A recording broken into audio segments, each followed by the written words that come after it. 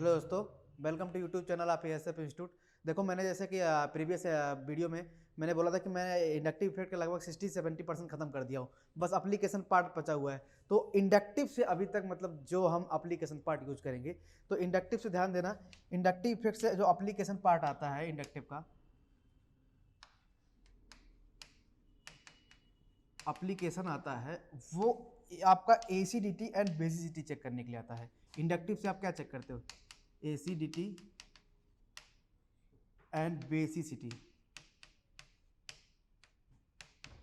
Basicity check करते हैं। Acidity and basicity दोनों चीज चेक करते हैं इंडक्टिव से। तो अब इसको कैसे चेक करेंगे? देखो, पहले क्या होता है, अगर मान लो कोई भी एसिड है, HA है, HA होता है, तो अगर वो क्या कहते हैं H+ निकालता है तो वो A निगेटिव बनाएगा।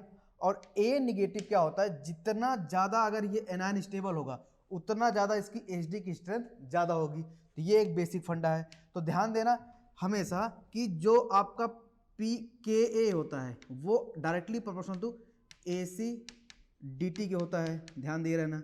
और जो pKa होता है, pKa होता है वो डायरेक्टली प्रोपोर्शनल टू बेसिसिटी होता है, बेसिसिटी। ये बात हमेशा ध्यान में रखे रहना। Ka मतलब एसिड का डिसोसिएशन कांस्टेंट, और Pka एसिड का डिसोसिएशन कांस्टेंट वो आपके एसिडिटी को बताता है, और Pka बेसिसिटी को बताता है। इसका मतलब देखो यहाँ से क्यों इसको लिखते हैं, क्योंकि देखो Pka इज इक्वल टू होगा minus log of K, minus log of K। इसको ऐसे लिख सकता हूँ लॉग ऑफ 1/Ka, 1/Ka। तो देखो इसको मैं यहाँ ऐसे लिख लिया अभी तक, ठीक। अगर फिर मैं इसको देखो यहाँ से अगर ऐसे लिखूँ pKa is equal to log of Ka, तो अब यहाँ से देखो आपकी, अगर मैं K की वैल्यू बढ़ाऊंगा, अगर ये वैल्यू बढ़ाऊंगा तो ओवरऑल ये वैल्यू क्या हो जाएगी। अगर देखो Ka की वैल्यू मैं यहाँ से इंक्रीज किया तो ओवरऑल आप देखना कि आपका 1/Ka वो क्या करेगा, डिक्रीज करेगा। तो जब ओवरऑल 1/Ka डिक्रीज करेगा, इसका मतलब क्या है कि ये पूरी होल क्वांटिटी डिक्रीज करेगी। जब पूरी ये होल क्वांटिटी डिक्रीज करेगी तो ये आपका डिक्रीज करेगा। इसीलिए क्या बोलते हैं कि pKa is inversely proportional to Ka। ध्यान में दिए रहना, रखे रहना ये बातें, कि कभी एग्जाम में आता है, आपको एग्जाम में आएगा तो वो K या pKa क्या पूछ रहा है एसिडी के रिस्पेक्ट में, वो हमेशा ध्यान दे रहना। तो नहीं तो क्या होता है, जनरली क्या होता है कि आप pKa को सोच लेते हो कि वो एसिडिटी के बराबर है। नहीं, pKa जिसका जितना ज़्यादा होता है वो उतना ज़्यादा बेसिक होता है, और जिसका pKa जितना कम होगा वो उतना एसिडिक होगा। तो ये pKa से देखे रहना। अगर एसिडिटी चेक करना है तो K जिसका ज़्यादा होगा वो मोर एसिडिक होगा, जिसका K कम होगा वो आपका वीक एसिड होता है। तो अब इसका मतलब क्या है कि देखो कैसे ऐसे आइडेंटिफाई करोगे। K क्या होता है, किसी का डिसोसिएशन रेट कांस्टेंट होता है। तो अगर मान लो कोई एसिड है HA, और ये मान लो H+ में जा रहा है, और यहाँ ये 1 लिख लेता हूँ इसको, ठीक है। और ये भी मान लो कोई दूसरा एसिड है, ये 1 वाला है और ये 2 वाला है, ठीक है। और ये मान लो आपके 2 + H2, मतलब H2 नहीं है, वो दूसरा जस्ट हाइड्रोजन रिप्रेजेंटेशन लिखा हूँ, ठीक है, A निगेटिव। तो यहाँ से देखो क्या है कि अब अगर मान लो इसका Ka1 है और इसका Ka2, अगर आप बोलोगे कि भाई Ka2 is greater than Ka1, तो मतलब डिसोसिएशन रेट कांस्टेंट भी ज़्यादा है, तो इसका मतलब रेट उसका ज़्यादा होगा, मतलब वो डिसोसिएट ज़्यादा होगा। जब डिसोसिएट ज़्यादा होगा तो ज़्यादा H+ देगा, तो ज़्यादा H+ देगा तो वो इसकी एसिडिटी भी ज़्यादा होगी। और पीछे मैंने आपको रिलेट करके दिखा भी दिया कि भाई Ka is inversely proportional to Pk लिख लो, या आप Pka is inversely proportional to Ka लिख लो, दोनों बात सेम है। तो इसीलिए यहाँ चेक किया जाता है, ठीक है। और डिसोसिएशन कांस्टेंट क्या होता है, डिसोसिएशन कांस्टेंट हमको वीक एसिड का लिखते हो हमेशा, भाई K ज़्यादा है, K कम है, कैसे नहीं है, कैसे कम है, कैसे ज़्यादा है, क्योंकि स्ट्रॉन्ग एसिड है वो तो कंप्लीटली ब्रेक हो जाता है। स्ट्रॉन्ग एसिड जो होता है, जैसे मान लो HCl है, वो तो भाई आपका H+ और Cl निगेटिव में ब्रेक हो जाता है। वो H+ Cl निगेटिव में स्ट्रॉन्ग एसिड है, वो ब्रेक हो जाता है। वीक एसिड ही आपका क्या कहते हैं कुछ कम ब्रेक होता है, तो उसी का K वगैरह लिखते हैं। कहीं K वगैरह लिखा हो तो आप समझ लो वो वीक एसिड की ही बातें कर रहा है, ये बात ध्यान दे रहना हमेशा।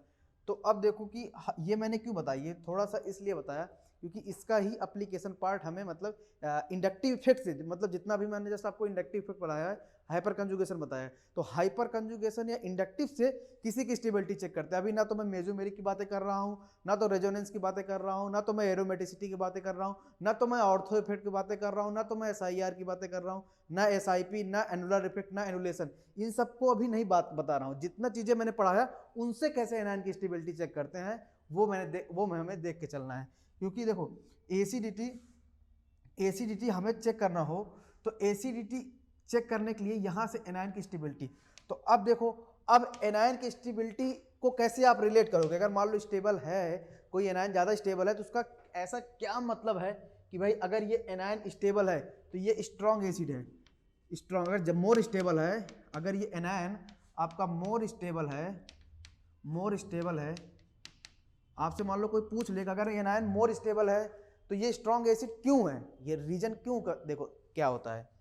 देखो यहाँ से हम आगे चलते हैं। देखो जैसे मान लो कि आपके पास ये आ गया, ये HA है, ठीक है, और ये H प्लस और A नेगेटिव दिया, ठीक है। अगर किसी का एनायन जितना ज़्यादा स्टेबल होता है, अगर कोई एनायन है जितना ज़्यादा स्टेबल होगा, तो अगर मान लो जितना ज़्यादा स्टेबल होगा तो वो किसी क्योंकि अपने क्या है, कर्ज है, एनायन क्या है, मैंने बताया था कि एनायन मतलब कर्ज है, तो अपने आप में 2-4 लोगों में या उसका साइज बड़ा है तो वो स्टेबल है, ठीक है। अभी बताएंगे भाई फैक्टर कैसे कैसे होता है, पहले तो बेसिक थीम समझो क्या होता है कि भाई क्यों ऐसा बोलते हैं। अगर आपका एनायन ज़्यादा स्टेबल है तो वो अपने इलेक्ट्रॉन को अपने आप में ही बांट के रखा हुआ है, किसी और को नहीं देने जा रहा है। तो एक तरीके से वो ऐसे बोल सकते हैं कि स्टेबल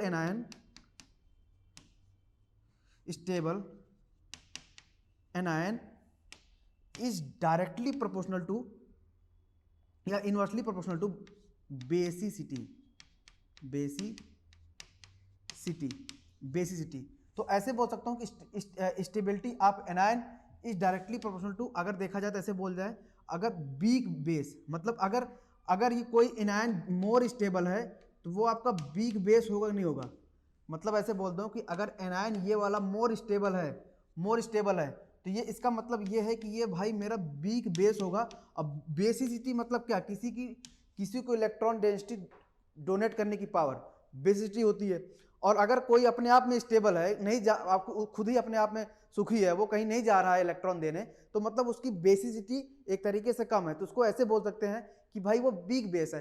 तो आपको पता है कि अगर कोई स्ट्रॉन्ग एसिड होता है और उसका कॉन्जुगेट एनायन कोई भी XYZ कभी दिया हो, ध्यान देना, कभी कभी एग्जाम में ऐसे आता है कि भाई आपको ऐसे लिख के दे देता है, आपका ऐसे लिख दे देगा HPO3 2 नेगेटिव, बोलेगा इसका कंजुगेट एनायन क्या होगा, एक हाइड्रोजन निकालो यहाँ से PO4 3 नेगेटिव, तो ये इसका कंजुगेट एनायन है, ठीक है। कभी कभी ये भी क्वेश्चन पूछता है, ठीक है, कंजुगेट एनायन है, तो ये इसका कंजुगेट एनायन है, जैसे CA लिख दिया, कंजुगेट एनायन। तो अगर कोई स्ट्रॉन्ग एसिड है तो उसका कंजुगेट एनायन बनेगा, और वो कंजुगेट एनायन क्या होता है, अगर बिग बेस है तो वो हमेशा स्ट्रॉन्ग एसिड, तो मतलब स्ट्रॉन्ग एसिड का हमेशा जो कहते हैं एनायन बनता है वो बिग बेस होता है, इसीलिए यहाँ से ये कॉन्सेप्ट रिलेट होता है। तो ये ध्यान देना कि अगर कोई एनायन ज़्यादा स्टेबल है तो वो आपका एसिडिटी से कैसे रिलेट है, वो रटने वाली बात नहीं है, वो सब हर चीज़ कॉन्सेप्चुअली होती है। तो ये एक छोटा सा फंडा था भाई, किस तरीके से हमें मतलब चीज़ों को रिलेट करनी थी। रटने से पहले आप ये भी देखो ना, रिलेट कर रहे हो नहीं कर रहे हो चीज़ों को, ठीक। तो अब हम आगे चलते हैं। तो अब अगर मैं ऐसे बोल दूं कि ऐसे आपको बोलूं एनायन है, कोई एनायन है, तो एनायन को पहले ही बताया, एनायन क्या है, इलेक्ट्रॉन रिच है, या मतलब electron rich species, electron rich है, इलेक्ट्रॉन रिच सिस्टम है, इलेक्ट्रॉन रिच सिस्टम है।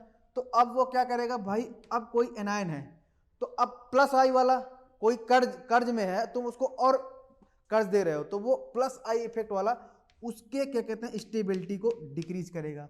तो ऐसे बोल सकते हैं कि माइनस आई उसकी स्टेबिलिटी को इंक्रीज करेगा।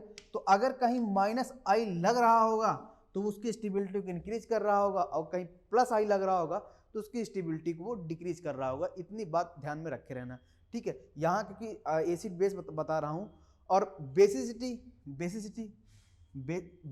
उसी जस्ट रिवर्स, ये मैंने लास्ट वाले लेक्चर में बता दिया था। बेसिसिटी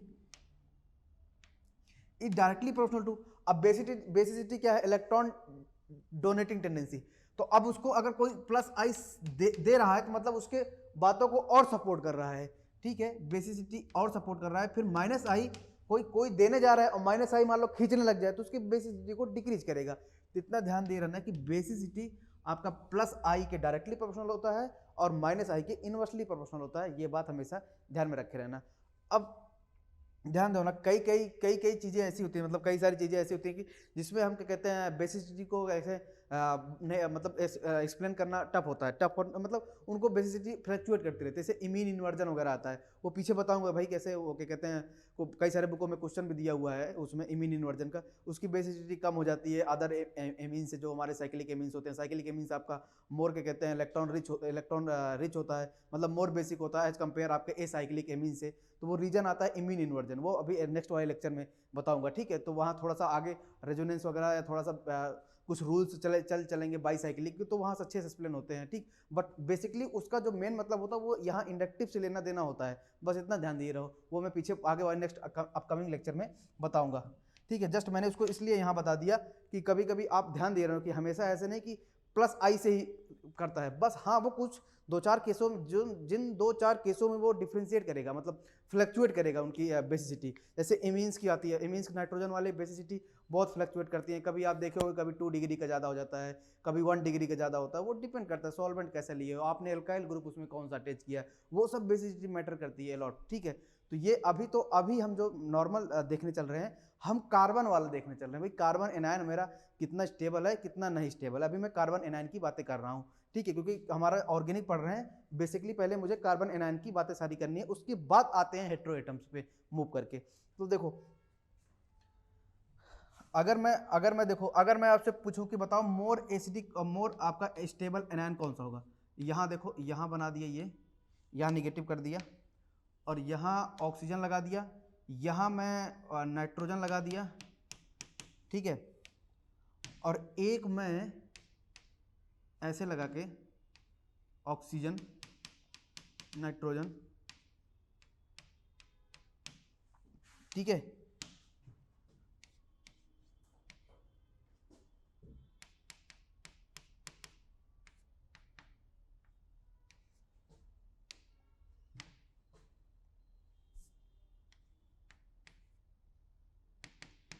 ये आ गया,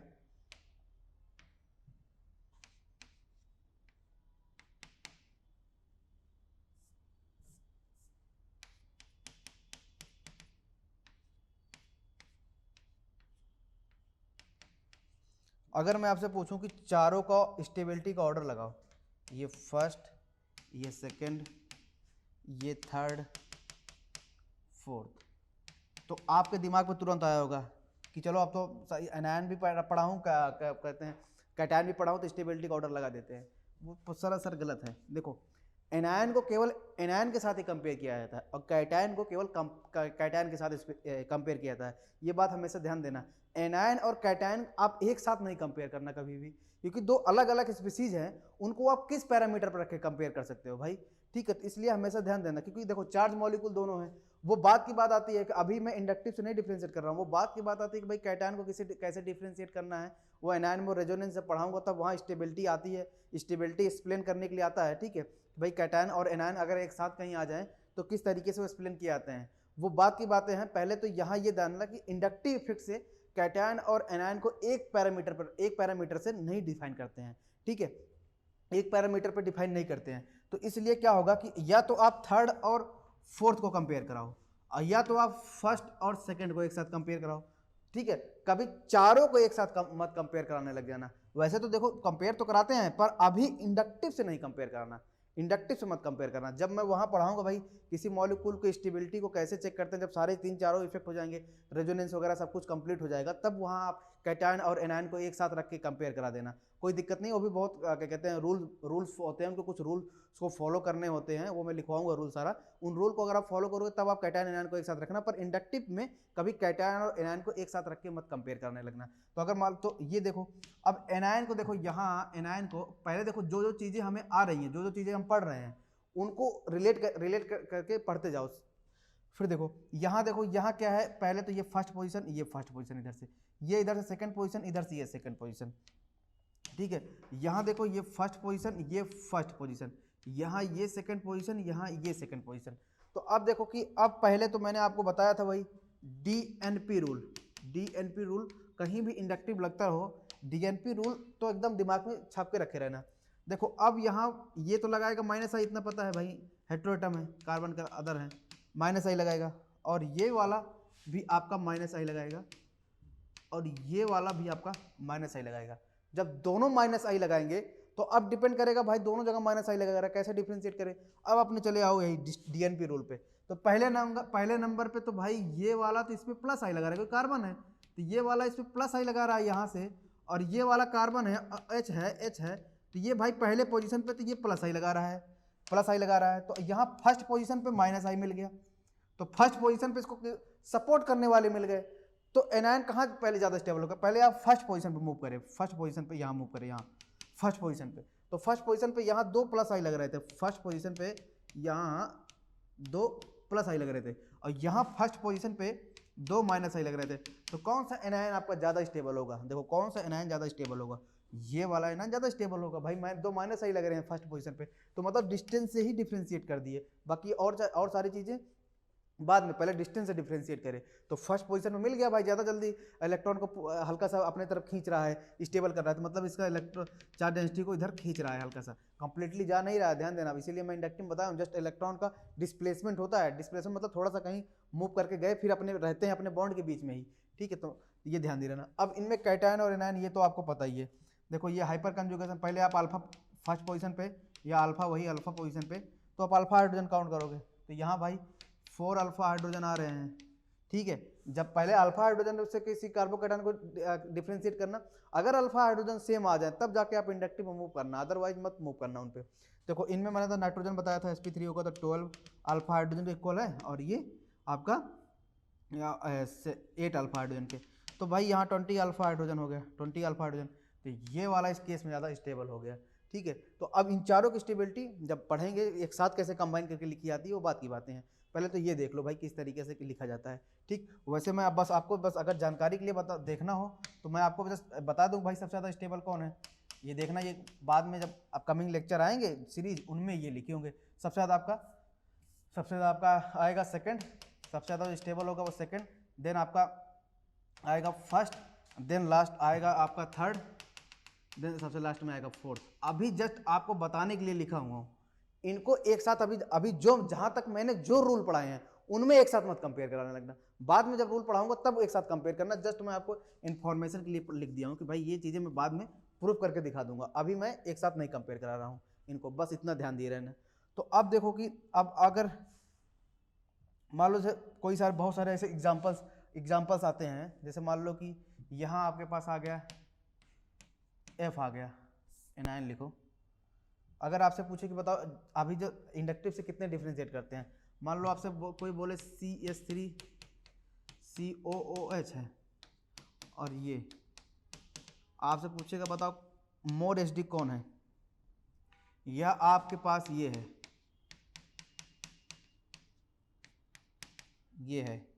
ठीक है, और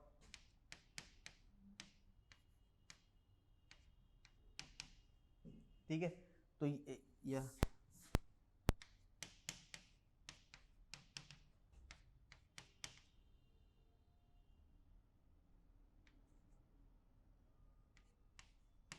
आ गया। अब देखो आपसे पूछे कि अगर मान लो कि एसिडिटी, कोई भी हाइपोथेटिकल दे सकता है, थर्ड फोर्थ हाइपोथेटिकल दे दे, या कोई बना कंपाउंड वेल नोन कंपाउंड दे दे, तो आपको अपना रूल लगाना है भाई, रूल तो लगाएंगे। तो सबसे पहले सबके एनायन बनाओ, देखो सबके एनायन बनाए, तो सबके देखो एनायन बनाए, देखो सबके एनायन बना दिया, तो यहाँ से नेगेटिव, यहाँ नेगेटिव, यहाँ NH नेगेटिव, यहाँ O नेगेटिव। तो देखो अब सबसे पहले इनको डिफ्रेंशिएट करो प्राइमरी फैक्टर से, प्राइमरी फैक्टर से कि भाई इधर भी O नेगेटिव, इधर भी O नेगेटिव, यहाँ NH नेगेटिव आ गया प्राइमरी फैक्टर में, ठीक है, और यहाँ आपके पास O नेगेटिव आ गया, क्योंकि हाइड्रोजन यही था निकालने के लिए, वो हाइड्रोजन मोर एसिडिक था क्योंकि, ठीक है। और फिर उसके बाद अब देखो सबसे पहले प्राइमरी फैक्टर, इसका मतलब एक कंक्लूजन ये आ गया कि first comma second and comma fourth, in third से तो मोर स्टेबल होगा, क्योंकि ये सेकेंडरी फैक्टर आ गया। और आपको पता है कि भाई निगेटिव चार्ज, देखो मैंने इसे निगेटिव और ऑक्सीजन, ऑक्सीजन देखो एक चीज ये ध्यान में रखे रहना थोड़ा सा कि आपका जो निगेटिव चार्ज होता है वो मोर इलेक्ट्रोनेगेटिव पे रहना पसंद करता है, निगेटिव चार्ज मोर इलेक्ट्रोनेगेटिव पे रहना पसंद करता है, ये बात ध्यान दे रहना।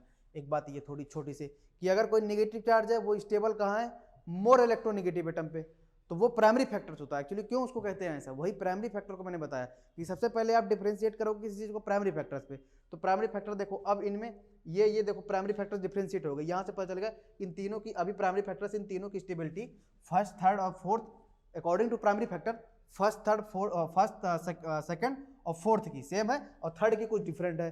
तो अभी मैंने इनको आर ऑर्डर में अरेंज नहीं किया, जस्ट लिख लिया हूँ कॉमा में, बाकी आगे अरेंज करेंगे, ठीक है। तो अब देखो कि ये थर्ड सबसे पीछे आ गया, क्यों, क्योंकि मोर इलेक्ट्रोनेगेटिव है और प्राइमरी फैक्टर में मोर इलेक्ट्रोनेगेटिव में ये तीनों ऑक्सीजन आ देंगे, तो ऑक्सीजन वाले ज्यादा होंगे, नाइट्रोजन वाले पीछे होंगे। अब फिर डिपेंड करेगा भाई इन तीनों में कौन ज्यादा होगा। फिर आप बोलोगे देखो अब प्राइमरी फैक्टर डिफरेंशिएट नहीं कर सकते, अब हमें सेकेंडरी फैक्टर पे मूव करना ही पड़ेगा। तो अब देखो सेकेंडरी फैक्टर पे जब हमें मूव करना होगा तो ये वाला क्या करता है, आपको पता है कि ये वाला प्लस आई लगाएगा, क्योंकि ये इधर से घूम के इस पे आना चाहेगा, इधर से ये इस पे घूम के आना चाहेगा, इधर से ये इस पे घूम के आना चाहेगा और यहाँ ऊपर जाना चाहेगा ऐसे, ठीक है। रेजोनेंस कह लो, अभी भी रेजोनेंस बताया नहीं हो, बस इतना ध्यान दे रहे हो कि हाँ ठीक है, वो अपने अगर उसको क्या कहते हैं अल्फा पोजीशन में कोई पाई बॉन्ड वगैरह कहीं मिलता है तो इसे घूमने चाहता है, बस इतना, ठीक है। तो ये क्या करेगा भाई, इसको देखो ये प्लस आई और ये कोई इफेक्ट नहीं डाल रहा है, और ये ग्रुप क्या हो रहा है, फ्लोरीन लगा हुआ है, इसकी वजह से ये वाला माइनस आई लगा रहा है। तो अब बताओ एक आदमी ये न्यूट्रल स्टेट में बोलेगा मैं कुछ नहीं कर रहा हूँ, और एक आदमी आपके एनायन को परेशान कर रहा है, वो बोलेगा इधर से आओ, वो बोलेगा मैं इधर से इलेक्ट्रॉन पुश कर दूंगा, कैसे तुम आओगे। तो ये देखो वो इधर से अपने इलेक्ट्रॉन डेंसिटी को से पुल करना स्टार्ट कर देगा, और ये बोलेगा मैं कुछ नहीं करूंगा, ये बोलेगा मैं सपोर्ट कर रहा हूं। तो जो सपोर्ट कर रहा है मतलब वो एनायन को ज्यादा स्टेबल बना रहा है, तो इसलिए आपका कौन सा हो गया, थर्ड देखो सबसे लास्ट में आ गया, और सबसे पहले आपका आ गया फोर्थ, सबसे पहले कौन सा आ गया, फोर्थ आ गया।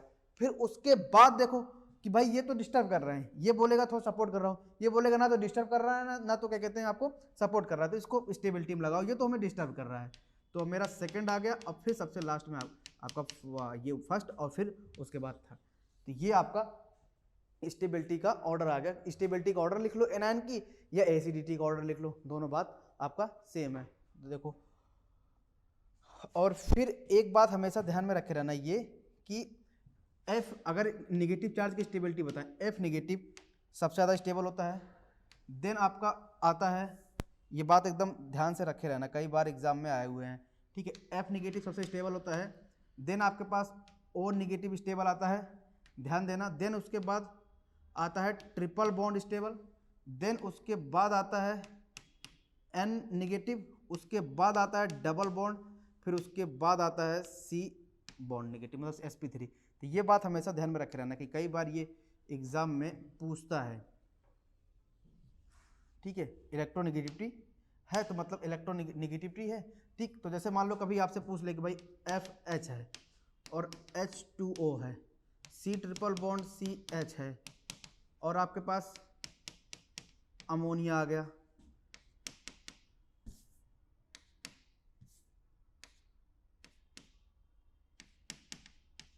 ये आ गया, और आपसे बोल दो CH4, बोलेगा चलो एसिडिटी का ऑर्डर निकालो। तो आप एसिडिटी का ऑर्डर निकालने के लिए आप एनायन की स्टेबिलिटी पे जाओगे जो मैंने अभी जस्ट पढ़ाया, तो आप देखो सबसे ज़्यादा एनायन कौन स्टेबल है, तो वही है, फिर ये, और फिर ऑक्सीजन पे निगेटिव, फिर ट्रिपल बॉन्ड पे निगेटिव, फिर ये, फिर अमोनिया, फिर ये, फिर ये। तो ये ध्यान दे रहना, ये होता है इतनी चीज़ें, ये हमेशा ध्यान में रखे रहना, ठीक है। तो इधर से इधर क्या है, इधर से इधर एसिडिटी का ऑर्डर है और इधर से इधर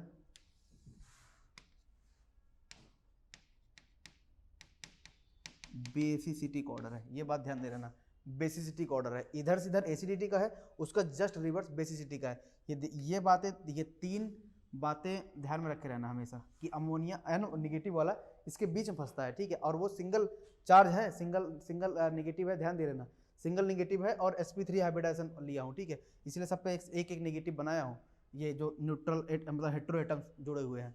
तो ये बात हमेशा ध्यान बता रहा था। देखो अगर आप पीके देखो, मैं जस्ट एक रफली पीके लिख रहा हूँ, ध्यान देना, एक रफली पीके लिख रहा हूँ आपके जस्ट याद करने के लिए देखो इसका जो पीके होता है वो अराउंड आपका 3 to 4 के बीच में होता है। ये बस 10-10 का गैप आप लेते रहना, 10-10 का गैप लेते रहना। वो जो रफली पीके है, एग्जैक्ट पीके आपको पीके टेबल में देख क्या कहते हैं चेक करते रहना। बस आपको याद कैसे रहेगा चीज़ों को कि भाई कैसे आपका कौन सा मोर बेसिक होता है, कौन सा मोर एचडी होता है। तो इसका पीके, ये पीके लिख रहा हूँ, ध्यान देना, ये पीके, या इधर से लिख दूँ ऐसे, यहाँ मैं पीके लिख रहा हूँ, तभी तो बेसिसिटी का ऑर्डर आएगा। ठीक है, तो आपको याद कैसे रखना है, क्योंकि एग्जैक्टली तो आप देखोगे तो एग्जैक्टली आप याद नहीं कर पाओगे। अभी तो आप वीडियो लेक्चर देखोगे तो याद हो जाएगा, बाद में फिर भूल जाएगा। तो देखो यहाँ देखो इसका 3 से 4 के बीच में, तो मतलब आप हल्का सा 5 रखना, इसको हल्का 15 के आसपास रखना। 15 के आसपास आता है इसलिए बोल रहा हूँ, और इसका लगभग हल्का सा 25 के आसपास आता है। ठीक है, 25 के आसपास, और ये हल्का सा 35 के आसपास आता है। ठीक है, एग्जैक्टली इसका क्या कहते हैं 15.7 होता है, इसका क्या कहते हैं 25.1 होता है, इसका 35 से लेकर 35 के बीच में फ्लक्चुएट करता है। इसका देखो 45 या 44 के बीच में आता है। ठीक है, और इसका लगभग 55, तो ये 50 से 55 के बीच में फ्लक्चुएट करता रहता है। तो ये जस्ट मैं एक ऑर्डर लिखा हूँ कि भाई आपको याद रहे, कभी भूलोगे मत। ठीक है, कि इसका पीके कितना आसपास आता है।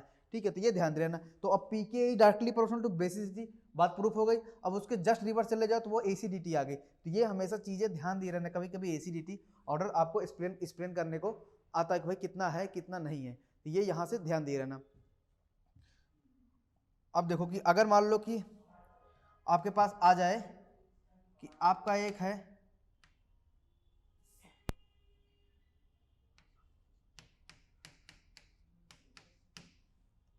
ये, और ये आपका आ जाए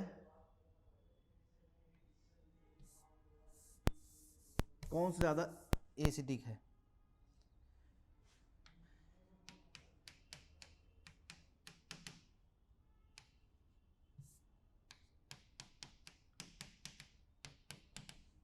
तो अब देखो हमने पीछे पढ़ा भी था, अब पीछे हमने पढ़ा भी था कि अगर आपके पास एनायन कैसे ऐसे आ जाए और ये आ जाए, और यहाँ देखो ये आ जाए, हमने पढ़ा भी था कि भाई किसका एनायन ज़्यादा स्टेबल होता है, किसका एनायन नहीं स्टेबल होता है। तो ये वाला क्या होता है, ये वाला देखो, ये वाला आपका एनायन मोर स्टेबल होता है। ठीक है, एज कंपेयर इस वाले से। तो इसीलिए क्या होता है कि इसका पीके आपका 5 के आसपास आता है, और इसका पीके देखो अभी हमने एसिटालाइन का जो पीके पढ़ा वो लगभग आपका 25 के आसपास आता है। तो इसका पीके जो होता है लगभग आपका 5 के आसपास आता है, ध्यान देना, हल्का सा 5 के आसपास आता है। ठीक है, और इसका पीके देखो 25 के आसपास आता है। तो इसका मतलब क्या है कि जब पीके कम है तो आप, अगर आपको पीके भी थोड़ा सा याद है या पता है, तो आप उसके बेस पे भी क्या कहते हैं चीज़ों को एसिडिटी वगैरह लिख सकते हो। ठीक है, स्टेबिलिटी वगैरह लिख सकते हो। तो इसीलिए क्या होता है, ये वाला ज़्यादा स्टेबल है और ये वाला देखो कार्बन है। तो वहाँ मैंने पीछे पढ़ाया भी था कि भाई ऑक्सीजन पे नेगेटिव है और ट्रिपल बॉन्ड पे नेगेटिव, कौन वाला एनायन ज़्यादा स्टेबल होता है, ऑक्सीजन वाला नेगेटिव ज़्यादा स्टेबल होता है। तो वो वहाँ से प्राइमरी फैक्टर से डिफ्रेंशिएट हो गया। और ऑक्सीजन के साथ साथ देखो ये भी sp2 वाला लगा हुआ है, sp2 कार्बन भी लगा हुआ है। ठीक है, तो यहाँ भले sp कार्बन लगा हुआ है लेकिन sp2 हेट्रो लगा हुआ है। तो वो सब सारी चीज़ें मैंने प्रीवियस लेक्चर में आपको एक बार अच्छे से एक्सप्लेन करके बताया हूँ, जब हम माइनस आई का इफेक्ट बड़ा ऑर्डर पढ़ा रहा था। तो वहाँ आप प्रीवियस लेक्चर देखना एक बार, आई थिंक थर्ड वाले लेक्चर में है, और थर्ड या फोर्थ वाले किसी एक लेक्चर में है जो उसी के सीरीज में, वहाँ ये सब सारी चीज अच्छे तरीके से एक्सप्लेन करके बताया हूँ। तो इसीलिए मैं कहता हूँ जो भी अगर आप लेक्चर चीज़ को फॉलो कर रहे हो तो आप प्रीवियस लेक्चर को हमेशा देखते रहो। वहाँ से क्या होता है कि आप रिलेट कर सकते हो कि यहाँ क्या पढ़ाया जा रहा है। ठीक है, तो ये सब बातें थी, ये सब देखो, ये जस्ट अभी छोटे छोटे एग्जांपल्स हैं, छोटे छोटे एग्जांपल हैं जिनको हम इंडक्टिव वगैरह से या एनायन की स्टेबिलिटी से थोड़ा सा रिलेट करके बताते हैं। देखो, और जैसे ये तो आप, ये वाले तो आप बहुत एग्जांपल देखो, अगर मैं आपसे पूछूं कि भाई इनमें बताओ नाइट्रोजन लग जाए, इधर मैं आपको CH3 लगा दूं, ठीक है,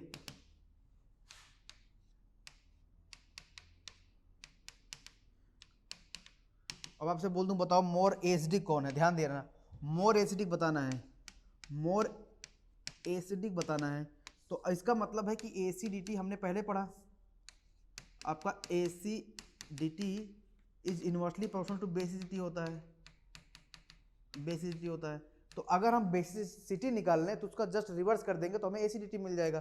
ठीक है, तो ये ध्यान दे रहा है, कभी कभी जल्दीबाजी में आप मत लगा देना, लगा पूछ रहा है एसिडिटी और लगा के चले आए बेसिसिटी। ठीक है, तो ये ध्यान दे रहा है। तो देखो यहाँ लोन पेयर है, यहाँ लोन पेयर है, तो यहाँ देखो फर्स्ट पोजीशन पे गए, यहाँ फर्स्ट पोजीशन, यहाँ फर्स्ट पोजीशन पे, यहाँ फर्स्ट पोजीशन पे। देखो सब कुछ सेम है, बस एक चीज़ डिफर कर रही है, यहाँ ये डिफर कर रहा है, इधर ये हाइड्रोजन हाइड्रोजन लग रहे हैं, यहाँ ये डिफर कर रहा है।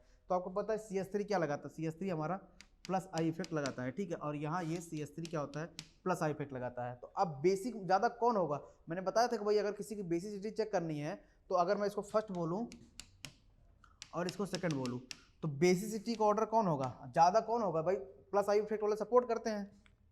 तो इसीलिए क्या होता है कि आपका फर्स्ट वाला मोर बेसिक है आपके सेकंड वाले से, ठीक है, फर्स्ट वाला आपका मोर बेसिक है सेकंड वाले। तो हमें क्या चाहिए, ये बेसिक, ये बेसिसिटी है, बेसिसिटी है, तो हमें तो चाहिए एसिडिटी, तो भाई जस्ट रिवर्स कर दो। तो इसीलिए सेकंड वाला मोर एसिडिक होगा आपका इससे। तो ये हमारा क्या है, ये आपका एसिडिटी है, ये ध्यान दे रहना, ठीक है।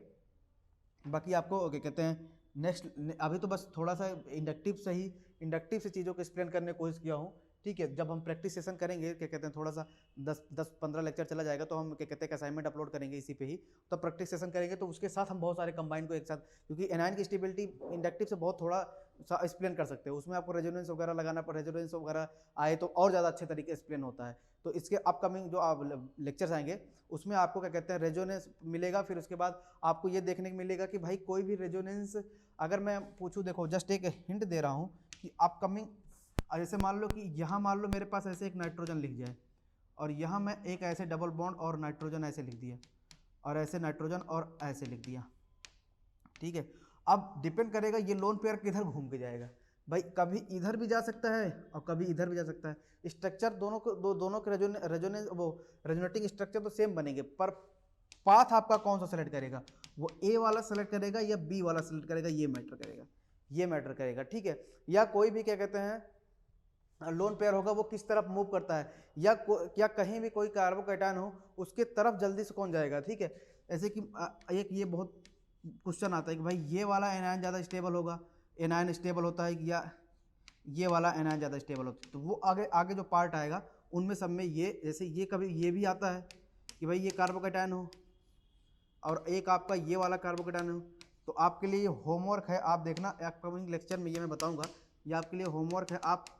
आप पहले तो इनको बताओ कौन ज़्यादा स्टेबल इनमें, फिर इनमें बताओ, अगर मैं इसको ए मान ले रहा हूँ, इसको बी मान ले रहा हूँ, इसमें आप ट्राई करना कि मेरे अपकमिंग लेक्चर में आपको मैच कर रहे हो कि नहीं कर रहे हो, ये किसकी कौन सा कार्बोकेटायन ज़्यादा स्टेबल है, कौन सा एनायन ज़्यादा स्टेबल है, वो रेजोनेंस आता है तब आता है। और रेजोनेंस के बाद थोड़ा सा रेजोनेंस पढ़ाएंगे, फिर रेजोनेंस की पूरी क्राइटेरिया बताएंगे और रेजोनेटिंग स्ट्रक्चर कैसे फाउंड किए जाएंगे। कुछ शॉर्ट ट्रिक होती हैं बड़े बड़े कंपाउंड्स में, बड़े कंपाउंड बहुत बड़े आपको पाई सिस्टम बना दें, उसमें आप देख के ही रेजोनेंस मतलब कि बता सकते हो कितने रेजोनेटिव स्ट्रक्चर बनते हैं, वो शॉर्ट ट्रिक्स होती हैं, क्योंकि इतने बहुत बड़े मॉलिक्यूल में रेजोनेंस आप कहाँ तक बनाते ढूंढते रह जाओगे। पता चला क्वेश्चन में है वो क्या कहते हैं, बताओ नंबर ऑफ रेजोनेंस स्ट्रक्चर एक नंबर का, और उसको सॉल्व करने बैठ जाओ तो लगेगा आधा घंटा। तो अब उसकी कोई ना कोई शॉर्ट ट्रिक होती है, क्योंकि जो चीज़ इतना लॉन्ग होता है अगर उसको शॉर्ट करने के लिए उसकी शॉर्ट ट्रिक निकाली जाती है, तो उसमें नेक्स्ट अपकमिंग लेक्चर में शॉर्ट ट्रिक्स बताऊंगा। पहले तो पूरा कॉन्सेप्ट, उसके बाद शॉर्ट ट्रिक्स आएंगी, ठीक है। तो आई थिंक आप मेरे वीडियो से सेटिस्फाई हुए होंगे। Okay, thank you.